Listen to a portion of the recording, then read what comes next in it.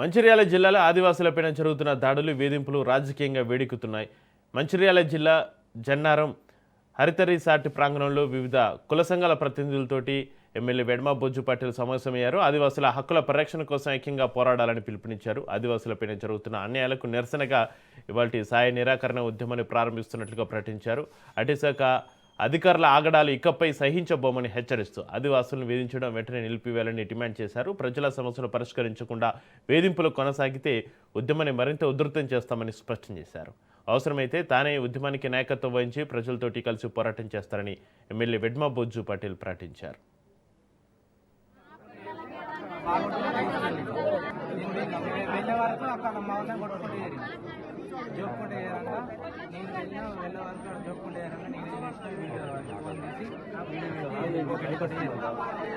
ఏమంటున్నా, జనాల నుంచి తిరుగుబాటు రానని రోజు ఇలాంటి మూర్ఖులు మన మాటలు వినరు. కాబట్టి వినాలంటే తిరుగుబాటు రావాల్సింది. ఆ కాలం ఈరోజు కలిసి వచ్చింది చెప్పిన. కాబట్టి మీరు కూడా కేసులు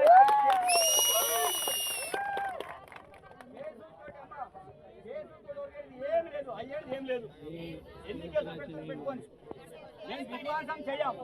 న్యాయబద్ధ నియోజకవర్గంలో ఒక శాంతియుత వాతావరణంలో ఈరోజు ఫారెస్ట్ అధికారుల విషయంలో చాలా స్ట్రాంగ్గా వారిని ప్రజాసంబద్ధంగా వాళ్ళని మన ప్రాంతం నుంచి తిరస్కరించే ప్రయత్నం చేద్దాం. ఎందుకంటున్నాను అంటే ఈ ప్రాంతంలో ఈ యొక్క నిర్ణయం తీసుకోవడానికి ప్రధానమైన కారణం ఉంది. ఈరోజు కేవలం ఆదివాసులే కాదు సమస్య, ఈ ప్రాంతవాసులందరిది సమస్య.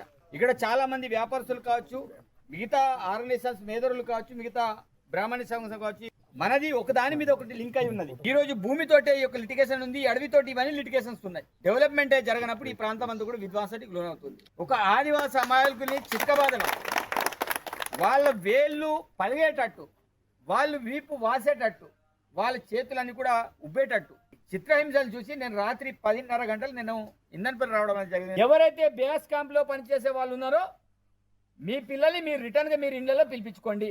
రేపటి నుంచి ఎవరు కూడా వాళ్ళ బేస్ క్యాంప్ కి వెళ్ళొద్దు.